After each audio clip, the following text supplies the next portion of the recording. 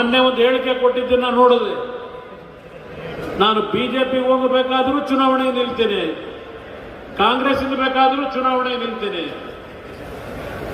ಆದರೆ ಜನತಾದಳದ ಹೆಸರನ್ನ ಹೇಳಲಿಕ್ಕೆ ಸಾಧ್ಯ ಇಲ್ಲ. ಯಾಕೆ ಅಂದ್ರೆ ಜನತಾದಳ ಮಾರಾಟದ ವಸ್ತುವಲ್ಲ, ಜನತಾದಳ ಮಾರಾಟದ ವಸ್ತುವಲ್ಲ.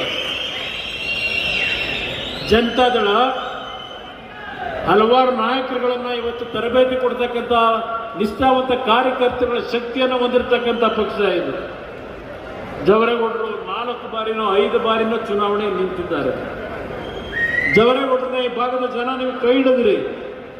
ಆದರೆ ಒಂದು ಅವರಿಗೆ ಆಗ್ತಕ್ಕಂಥ ಸಮಸ್ಯೆ, ಕೆಲವು ಭಾಗದಲ್ಲಿ ಯಾವ ಈ ಮಲ್ಟಿ ಸ್ಟೋರೇಜ್ ಬಿಲ್ಡಿಂಗ್ಗಳಲ್ಲಿ ವಾಸ ಮಾಡ್ತಕ್ಕಂಥ ಅಪಾರ್ಟ್ಮೆಂಟ್ನಲ್ಲಿ ಅವರು ಉತ್ತರ ಇಂಡಿಯಾದಿಂದ ಬೇರೆ ಬೇರೆ ರಾಜ್ಯಗಳಿಂದ ಬಂದು ಏನು ನೆಲೆಸಿದ್ದಾರೆ, ಅವರ ಒಂದು ತೀರ್ಮಾನಗಳಿಂದ ಜವರೇಗೌಡರಿಗೆ ನಷ್ಟ ಆಗಿದೆ. ನಾನು ಕೇಳಲಿಕ್ಕೆ ಬಯಸ್ತೀನಿ, ಈಗಿನ ಈ ವ್ಯಕ್ತಿಯನ್ನ ಆಯಿತು ನಮ್ಮ ಪಕ್ಷ ತೆಗೆದು ನನ್ನ ಸರ್ಕಾರ ತೆಗೆದು ಇನ್ನೊಂದು ಪಕ್ಷಕ್ಕೆ ಹೋಗಿ ಸರ್ಕಾರ ಮಾಡಿ ಮಂತ್ರಿನೂ ಆದರು 3 ವರ್ಷ.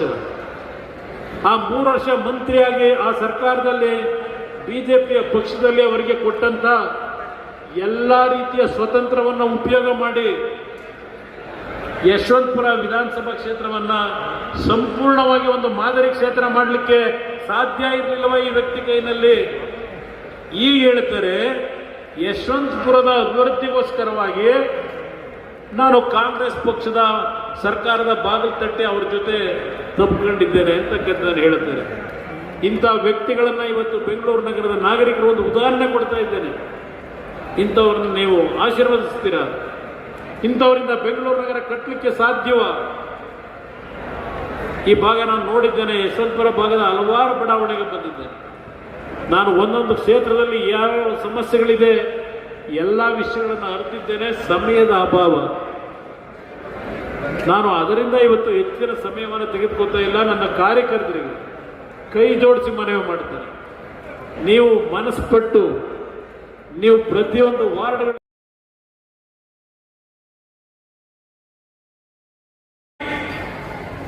ರಾಜಕಾರಣ ಜಾಸ್ತಿ ಮಾತನಾಡಬಾರ್ದು ಅಂತಕ್ಕಂಥ ಕೂಡ ನಿನ್ನೆ ನಡೆದಂತ ಜೆಡಿಎಸ್ ಸಮಾವೇಶ, ಕೇಂದ್ರದ ಮಂತ್ರಿಗಳು, ಮಾಜಿ ಮಂತ್ರಿಗಳು, ಮುಖ್ಯಮಂತ್ರಿಗಳು ನನ್ನ ಹೆಸರಿನ ಪ್ರಸ್ತಾಪವನ್ನು ಮಾಡಿದ್ದಾರೆ. ತಮ್ಮೆಲ್ಲರ ಒಪ್ಪಿಗೆಯನ್ನು ಪಡೆದು ಕೇವಲ 2-3 ನಿಮಿಷದಲ್ಲಿ ಅದನ್ನು ನಾನು ಒತ್ತಾಯ ಮಾಡ್ತೇನೆ.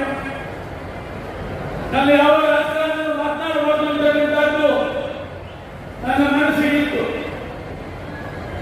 ಕೆಲವರು ಹದಿನೈದು ಹೋಗಲು ನನ್ನ ಬಗ್ಗೆ ಮಾತನಾಡ್ತಾರೆ, ಅದ್ಯಾವುದು ಕೂಡ ನಾನು ತಲೆಗೆಡಿಸಿಕೊಳ್ಳೋದಿಲ್ಲ. ಅವರಿಗೆ ಆನ್ಸರ್ ಕೊಡಬೇಕಾದಂತ ನೆಸೆಸಿಟಿ ಕೂಡ ಇಲ್ಲ. ಆದ್ರೆ ಕೆಲವರಿಗೆ ನನ್ನ ಹೆಸರು ಜ್ಞಾಪಕ ಮಾಡದೆ ಹೋದ್ರೆ ಅವರಿಗೆ ಊಟ ಮಾಡದ ಜೀವನ ಆಗಿಲ್ಲ ಅಂತ ಕಾಣ್ತದೆ.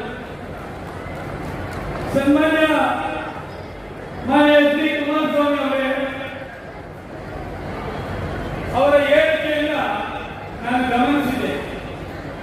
ನನ್ನ ಕ್ಷೇತ್ರದ ಪ್ರಮುಖದಲ್ಲಿ ಸಮಾವೇಶ ಮಾಡಿದ್ದಾರೆ. ನನ್ನ ವ್ಯಕ್ತಿ ಮಾನ್ಯ ಕುಮಾರಸ್ವಾಮಿ ಅವರು ಪ್ರಸ್ತಾಪ ಮಾಡಿದ್ದಾರೆ. ಜೆಡಿಎಸ್ ಪಕ್ಷ ಮಾರಾಟಕ್ಕೆ ಇಲ್ಲ ಎಂದಿದ್ದಾರೆ. ಬಹಳ ಸಂತೋಷ. ಮಾನ್ಯ ಕುಮಾರಸ್ವಾಮಿ ಅವರೇ, ನೀವಿಲ್ಲಿ ಕೇಂದ್ರದ ಸಚಿವರಾಗಿದ್ದೀರಿ. ಆದರೆ ಅದಕ್ಕೆ ತಕ್ಕಂತೆ ತೂಕದ ಮಾತಾಡಬೇಕಲ್ಲವೇ? ಮೋದಿ ಅವರ ಜೊತೆ ಕೆಲಸ ಮಾಡುವ ಅವಕಾಶ ನಿಮಗೆ ಬೈ ಚಾನ್ಸ್ ಸಿಕ್ಕಿದೆ ಎಂದು ಕುಮಾರಸ್ವಾಮಿ ಅವರೇ, ಕಾಂಗ್ರೆಸ್ ಬೆಂಬಲದಿಂದ ನೀವು 2015ರಲ್ಲಿ ರಾಜ್ಯದ ಮುಖ್ಯಮಂತ್ರಿ ಆದ್ರಿ. ಆದರೆ ನೀವು ನಿಮ್ಮ ಜವಾಬ್ದಾರಿಯನ್ನು ಸರಿಯಾಗಿ ನಿರ್ವಹಣೆ ಮಾಡಿದ್ರಿ. ನೀವು ರಾಜ್ಯದ ಮುಖ್ಯಮಂತ್ರಿಯಾಗಿ ಒಂದು ದಿನವಾದರೂ ನಮ್ಮಂತ ಸಾಮಾನ್ಯ ಶಾಸಕರಿಗೆ ಸಿಕ್ಕಿದ್ರ? ಕಾಂಗ್ರೆಸ್ ಓಟನ್ನ ಒಂದು ರೂಪದಲ್ಲಿ ಕುಳಿತು ಅಧಿಕಾರ ನಡೆಸಿದ್ರಿ. ನೀವು ಅಲ್ಲಿ ಕುಳಿತು ಅಧಿಕಾರ ನಡೆಸುವಾಗ ನಮ್ಮ ಕಷ್ಟ ಸುಖ ಕೇಳಿದ್ರ? ಇಲ್ಲವಲ್ಲ. ಈ ಒಂದು ನಮ್ಮನ್ನು ಸರಿಯಾಗಿ ನಡೆಸಿಕೊಂಡಿದ್ದರೆ ನಾವು ಬಿಜೆಪಿಗೆ ಹೋಗುವ ಪ್ರಮೇಯ ಬರುತ್ತಿಲ್ಲ.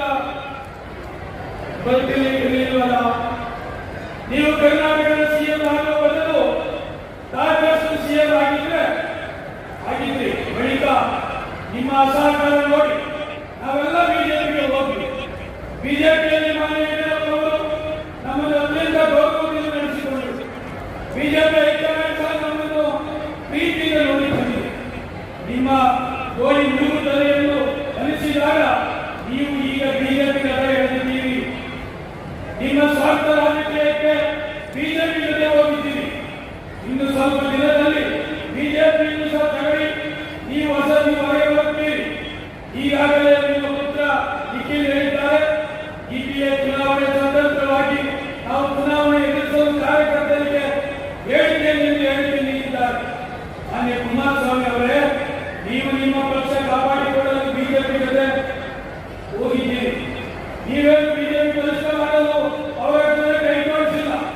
ನಿಮ್ಮ ಪಕ್ಷದ ಶಾಸಕರ ಹಿಡಿದಿಟ್ಟುಕೊಳ್ಳುವ ಸಲುವಾಗಿ ಹೋಗಿದ್ದೀರಿ ಅಷ್ಟೇ. ನಿಮ್ಮ ನಡೆ ಬಗ್ಗೆ ರಾಜ್ಯ ಬಿಜೆಪಿ ನಾಯಕರಿಗೆ ಈಗಾಗಲೇ ಬೇಸರ ಮೂಡಿದೆ. ನಿಮ್ಮ ಪಾರ್ಟಿಗೆ ರಾಜ್ಯಸಭಾ ಟಿಕೆಟ್ ನೀಡಬಾರದು ಎಂದು ಬಿಜೆಪಿ ಕೋರ್ ಸಮಿತಿ ತೀರ್ಮಾನ ಮಾಡಿದೆ. ನೀವು ಕೇಂದ್ರದ ಬಗ್ಗೆ ಅಂತರಿಕವಾಗಿ ಕೆಟ್ಟದಾಗಿ ಮಾತನಾಡುತ್ತೀರಿ. ಅವರೆಲ್ಲ ಗೊತ್ತಿದ್ದು ನೀವು ಬಿಸಿ ತುಪ್ಪಾಗಿ ನಿಂತಿಕೊಂಡು ಸುಮ್ಮನೆ ಇದ್ದಾರಷ್ಟೇ. ನಿಮ್ಮ ಪಾರ್ಟಿಯ ಗುಣ ನಡೆದ ಬಿಜೆಪಿ ಗೊತ್ತಿದೆ. ನೀವು ಬಹಳ ಸಹಕಾರಿ, ಬಹಳ ಹತಾಶ ಆಗಿದ್ದೀರಿ. ಮಾನ್ಯ ಕುಮಾರಸ್ವಾಮಿ ಅವರೇ, ನೀವು ಬಿಜೆಪಿ ಜೊತೆ ಇರೋದಿಲ್ಲ. ನಿಮ್ಮ ಸ್ವಾರ್ಥಕ್ಕೆ ಬಿಜೆಪಿ ಕಳಿಸಿಕೊಳ್ಳುತ್ತಿದ್ದೀರಿ. ನಿಮ್ಮ ಪಾರ್ಟಿಗೆ ಅಷ್ಟು ಶಕ್ತಿ ಇದ್ದರೆ ಬಿಜೆಪಿ ಬಿಟ್ಟು ಹೊರಬಿಲ್ಲಿ ನೋಡೋಣ. ಸನ್ಮಾನ್ಯ ಕುಮಾರಸ್ವಾಮಿ ಅವರೇ, ಇದೇ ಜಗದೀಶ್ ಮುಖ್ಯಮಂತ್ರಿ, ಇದೇ ಮಾನ್ಯ ಸಿದ್ದರಾಮಯ್ಯನವರು ಉಪಮುಖ್ಯಮಂತ್ರಿಗಳು. ನೀವು ಯಾರನ್ನ ಕೇಳಿದ್ರಿ? ಜಗದೀಶ್ ಮತ್ತೆ ಉಪಮುಖ್ಯಮಂತ್ರಿ ಸಿದ್ದರಾಮಯ್ಯನವರನ್ನ ಸರ್ಕಾರವನ್ನು ತೆಗೆದ್ರಿ. ಕುಮಾರಸ್ವಾಮಿ ಅವರೇ, ಯಾರನ್ನು ಹೇಳಿ ಕೇಳಿದ್ರಿ? ನೀವು ಮುಖ್ಯಮಂತ್ರಿ ಆಗಬೇಕು ಅಂತ ಸ್ವಂತ ಹಿತಾಸಕ್ತಿಗೋಸ್ಕರ ನೀವು ಮುಖ್ಯಮಂತ್ರಿ ಆಗ್ರಿ. ಒಬ್ಬ ಹಿಂದುಳಿದ ನಾಯಕರನ್ನು ತೆಗೆದ್ರಿ. 2018ರಲ್ಲಿ ಕಾಂಗ್ರೆಸ್ ಪಕ್ಷ 77 ಜನ, ನೀವು 35 ಜನ. ನಿಮ್ಮ ಮುಖ್ಯಮಂತ್ರಿ ಮಾಡ್ತಕ್ಕಂಥದಕ್ಕೆ ನಾನು 15 ದಿವಸ ಬೆಂಗಳೂರು ಬಿಟ್ಟು ಹೊರಗಡೆ ನಿಮ್ಮ ಎಮ್ಎಲ್ಎಗಳನ್ನು ಓಟ್ ಕೊಡ್ತಕ್ಕಂಥ ಸ್ಥಿತಿ ನನಗೂ ಕಾಂಗ್ರೆಸ್ ಪಕ್ಷ ಅವಕಾಶ ಕೊಟ್ಟಿದ್ದು. ನೀವು ಮುಖ್ಯಮಂತ್ರಿ ಆಗಲು 1 ವರ್ಷ, ಆ 1 ವರ್ಷ ಮುಖ್ಯಮಂತ್ರಿ ಆಗಬೇಕಾದ್ರೆ ಈ ಸೋಮಶೇಖರ ಕಾಂಗ್ರೆಸ್ ಪಕ್ಷದ ಶಾಸಕರಾಗಿದ್ದಂತೆ ಮಾತ್ರ ಮುಖ್ಯಮಂತ್ರಿಗಳಾದ್ರಿ. ಜಾತಿಗೆ ಮುಖ್ಯಮಂತ್ರಿ ತೆಗೆದು ಸೋಮಶೇಖರ್ ಒಬ್ಬರೇ ತೆಗೆದಿಲ್ಲ. ನಿಮ್ಮ ಜೆಡಿಎಸ್ ಪಕ್ಷದ ಶಾಸಕರು ತೆಗೆದುಕೊಳ್ಳಿ 15 ಜನ. ನೀವು ಕಾಂಗ್ರೆಸ್ ಪಕ್ಷದ ಮುಖ್ಯಮಂತ್ರಿ ಆಗಿದ್ದಂಥ ಸಂದರ್ಭದಲ್ಲಿ ಎಸ್ಟೇಟ್ ಹೋಟೆಲ್ ಹೊರತುಪಡಿಸಿ ವಿಧಾನಸೌಧದಲ್ಲೂ ಕೃಷ್ಣದಲ್ಲೂ ಕುಳಿತು ಶಾಸಕರ ಕೆಲಸ ಮಾಡಿದ ಕಷ್ಟ ಕೇಳಿದ್ರೆ ಈ ಸೋಮಶೇಖರ್ ಯಾವತ್ತೂ ಭಾರತೀಯ ಜನತಾ ಪಕ್ಷಕ್ಕೆ ಹೋಗಬೇಕಂತ ಅವಶ್ಯಕತೆ ಇರಲಿಲ್ಲ. ಇವತ್ತು ಕೊಂಬಾಡದಲ್ಲಿ ಕಾರ್ಯಕ್ರಮ ಮಾಡಿದ್ದೀರಿ. ಈ ಸರ್ಕಾರಕ್ಕೆ ಇಂಥ ಕಾರ್ಯಕ್ರಮ ಮಾಡಲಿಕ್ಕೆ ಆಗೋದಿಲ್ಲ ಅಂತ ಹೇಳಿದ್ದೀರಿ. ನಾನೇನು ಕೇಂದ್ರದ ಮಂತ್ರಿಯಲ್ಲ, ರಾಜ್ಯದ ಮಂತ್ರಿಯಲ್ಲ, 16 ವಾರ್ಡಿನ ಶಾಸಕ, ಯಶವಂತಪುರ ಕ್ಷೇತ್ರದ ಸೇವಕ. ಇವತ್ತು 9 ಗ್ರಾಮ ಪಂಚಾಯತ್ನಲ್ಲಿ ಇಂಥ ಕಾರ್ಯಕ್ರಮವನ್ನು ಮಾಡ್ತಾ ಇದ್ದೇನೆ.